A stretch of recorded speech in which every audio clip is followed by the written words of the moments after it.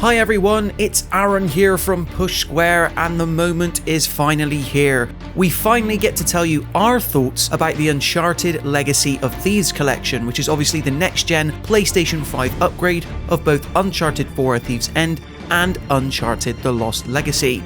Before we start swinging into action hunting for treasure though, it's my duty to remind you that this review was written by the lovely Robert Ramsey for the Push Square website, before being adapted into a video version by me.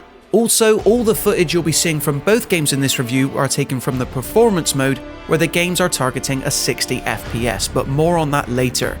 Let's dive right on into our official review of Uncharted Legacy of Thieves collection.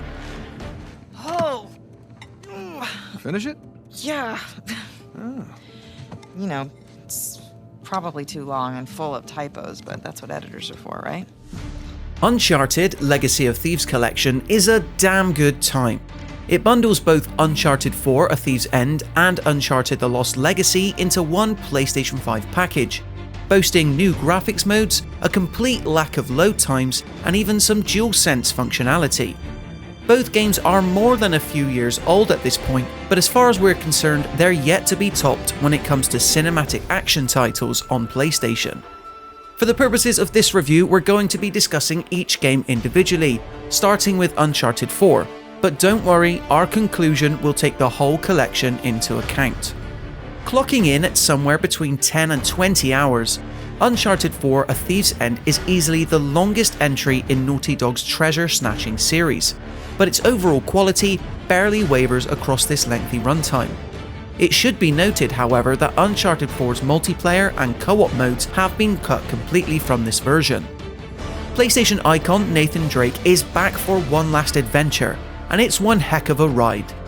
The opening scene is arguably Uncharted in its purest form, as Nate and his estranged brother race towards a pirate island in the middle of a storm, their boat constantly being assaulted from all sides by armed mercenaries.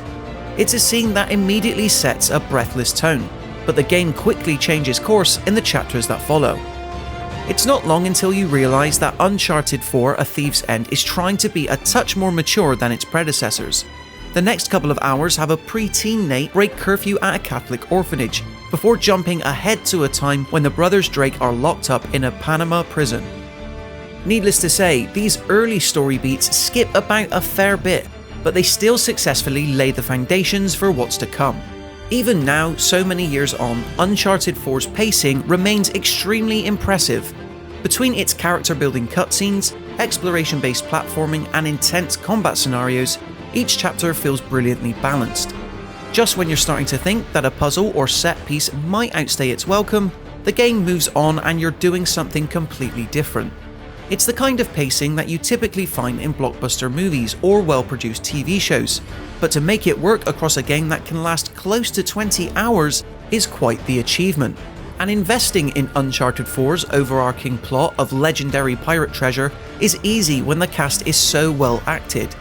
Nolan North delivers his most nuanced Nathan Drake performance in the whole series, and Troy Baker is outstanding as the slightly older and slightly slimier Sam Drake. Elsewhere, Nate's mentor Sully, played by Richard McGonagall, comes close to stealing every scene that he's in, while Emily Rose's Elena Fisher enjoys near-perfect chemistry with her globe-hopping husband. Naughty Dog's habit of getting the best from its performers is abundantly clear throughout Uncharted 4. Having said all that, the serious character drama doesn't always gel with Nate's often ridiculous escapades. To get the most out of Uncharted, you need to switch your brain off to some degree, just like you would if you were watching an over-the-top action movie. It's not like Uncharted 4 has obvious plot holes, but if you start to question every detail, especially in the game's later chapters, it gets easier and easier to pick things apart. Why did this character do that? Why didn't they think of doing this before? And how has no one found this place after hundreds of years? You get the idea. The term tonal whiplash is probably a bit too extreme when describing Uncharted 4's inconsistencies. Again, it's basically an action flick in video game form, but the title does struggle every now and then. It's not enough to rip you out of the story entirely, but it can be difficult to ignore just how quickly the game jumps from Nate casually snapping 7 necks in a row to having a marital spat with his wife. There's also an argument to be made that some of Uncharted's tricks grow tiresome when the adventure stretched across a longer narrative. There are only so many times that you can watch a platform crumble under Nate's feet and feel any kind of adrenaline rush, for example. For what it's worth, we do think that Uncharted 4 succeeds in maintaining tension throughout. But when you're 4 games deep into a series, 5 if you count PlayStation Vita exclusive Golden Abyss, you can't be blamed for rolling your eyes whenever Nate and the gang somehow escape certain death yet again. It's all about suspension of disbelief then, and you know what? Suspending your disbelief is actually quite easy when A, the game looks this good, and B, the game's fantastically fun to play. Nearly 6 years after its original release, and the action sequences in Uncharted 4 are still pretty much in a league of their own in terms of spectacle, technical excellence, and execution. The only games that can even come close are the other Uncharted's, and even then, 4's commitment to dropping jewels is unparalleled. Combat just so happens to be a delight as well. Carefully crafted arenas of violence usually allow for multiple approaches, with Nate able to stealth or shoot his way to victory. As a cover-based blast 'em up, Uncharted 4 is rock solid, but it's Nate's agility that elevates each encounter. When you're up against all kinds of enemy types, from snipers, rocket launchers, those pesky shotgunners who can somehow survive a grenade, staying on the move is crucial. Ducking, diving, climbing, jumping, and making use of Nate's grappling hook is what makes the game's combat so dynamic and enjoyable. And if you're skilled, you can string together some truly share-worthy moments. It all still looks brilliant, by the way. Uncharted 4 was probably the best looking game to ever grace a PlayStation console back in 2016, and it's aged incredibly well now. It's not perfect by today's standards. Some of the environmental texture work is noticeably worse than what we've become accustomed to, for instance, but the character models, the animation, the facial capture, it's still one of the best around. What the hell was that back there? Messy but effective. You were going to sell me out, weren't you? It's called improvisation. God, who's being unprofessional now? What the hell is that supposed to mean? It means you let Asav get the jump on us. I'm starting to wonder whether you're worth the 50%.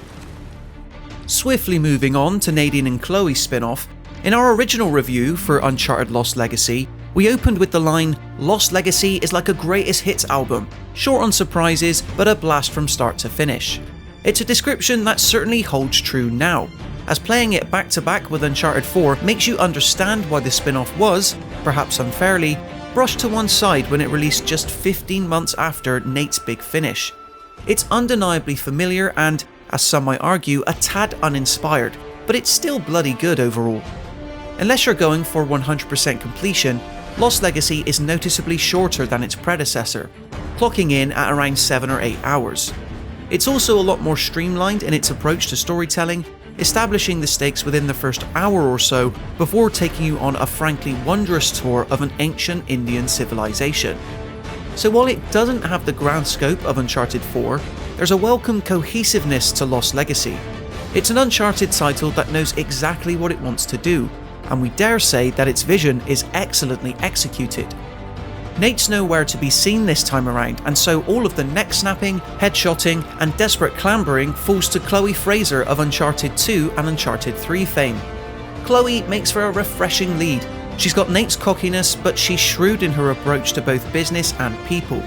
The immensely talented Claudia Black brings Chloe to life better than ever before here, and it helps that her personality is given a lot more time to breathe.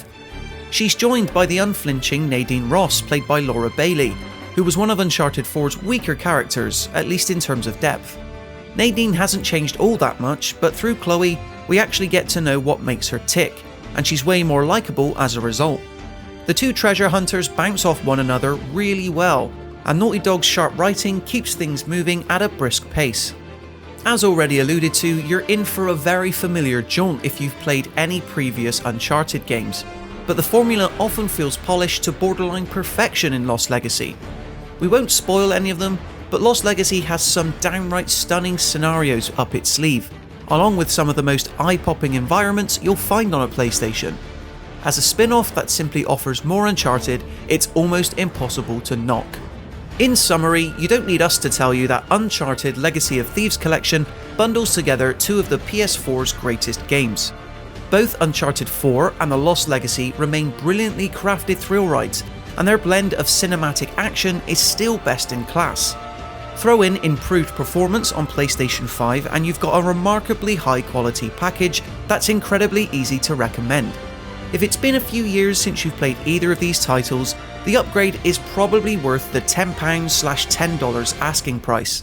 If you're brand new, you're in for a treat, but we would say you might want to start with Uncharted the Nathan Drake collection first in order to take away the full experience.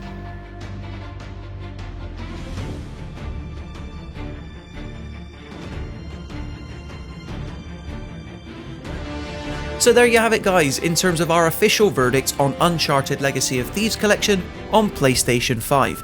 Do you plan on spending the £10 upgrade needed to play the next gen version, or do you plan on buying the collection outright having never played it before? If you're someone that falls into the latter category, boy am I jealous of you, you've got a great time lying up ahead. Anyway, if you enjoyed this review, be sure to leave the video a like and consider subscribing to the Push Square YouTube channel for everything else PlayStation related. Until next time, as ever, thank you so much for watching, and I'll see you in the next one.